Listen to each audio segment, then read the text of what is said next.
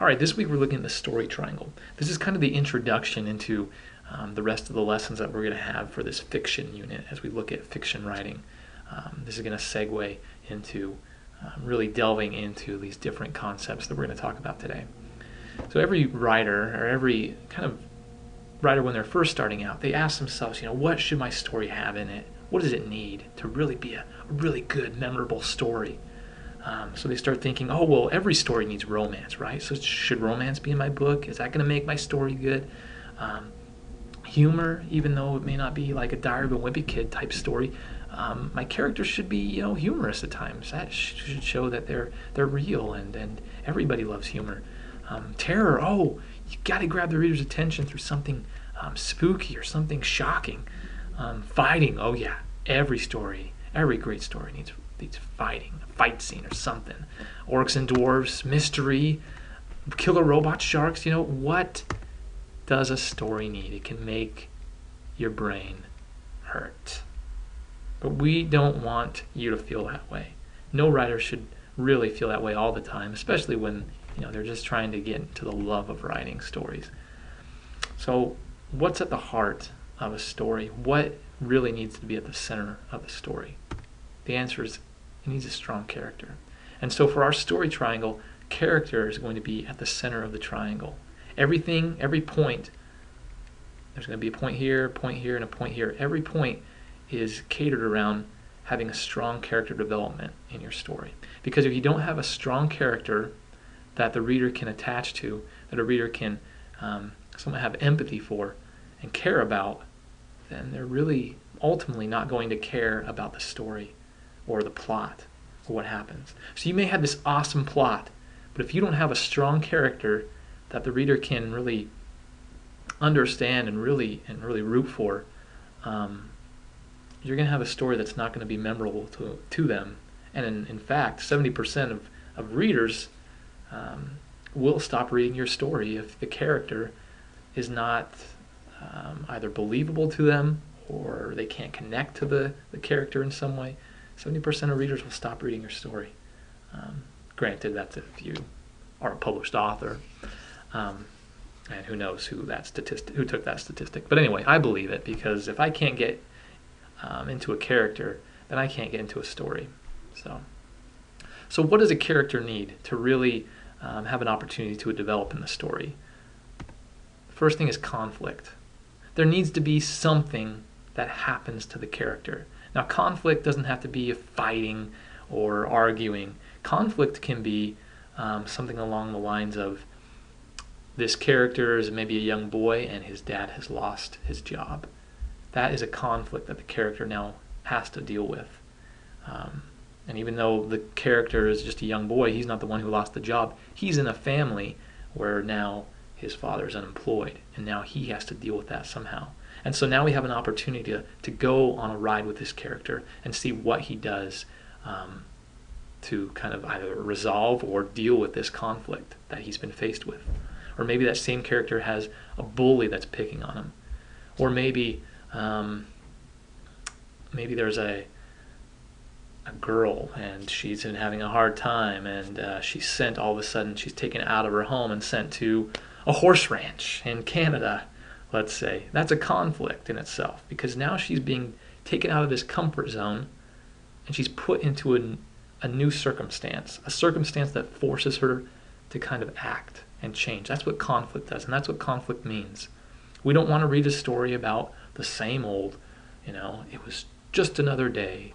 That's fine, maybe if it's at the beginning of the story, but certainly you don't want to read an entire story where it's just another day, because then it's not a story, it's a journal entry. Okay? So there needs to be conflict. Second thing, and these aren't in necessarily any order, I'm just throwing them out there. Second thing, there needs to be story and plot. Now, you may think, what does that mean? Story, of course it's a story, it needs a story. It is a story. Really what story means is meaning. Plot, right here, plot is the action that happens. Plot is a kid takes a baseball bat and slams it through a window. Or plot is two people get into a car and drive somewhere, right? That's action that's taking place in your story. The things that characters do, That's the plot. The story is, what's the meaning of everything? What's the meaning behind them doing these things? So there needs to be some type of an action, and there needs to be purpose and meaning behind it. You certainly don't want to include everything that goes on in the character's day if it has no meaning or purpose. So you need to have purpose with your action. You need to have meaning with your action. It needs to be connected. Otherwise, you are not going to care about the character if there's no point to what they're doing in the day.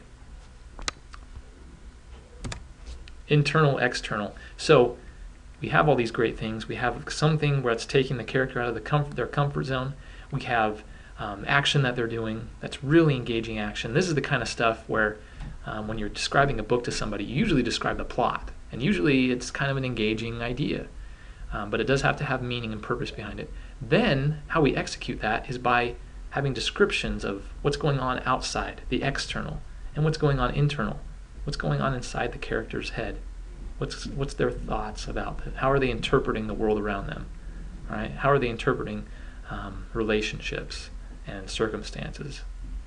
How are they interpreting this plot of what's going on?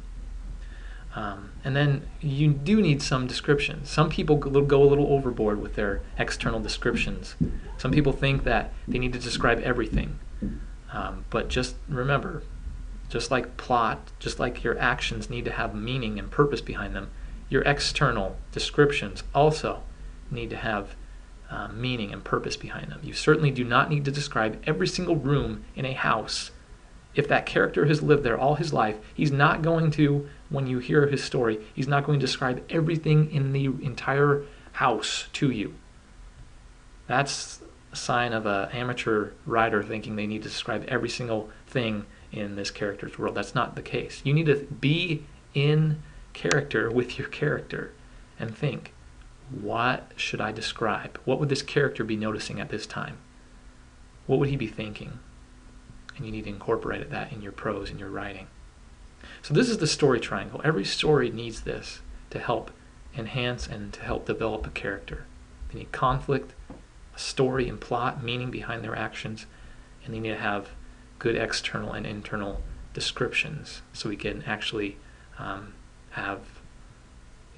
see and feel what the character is seeing and feeling.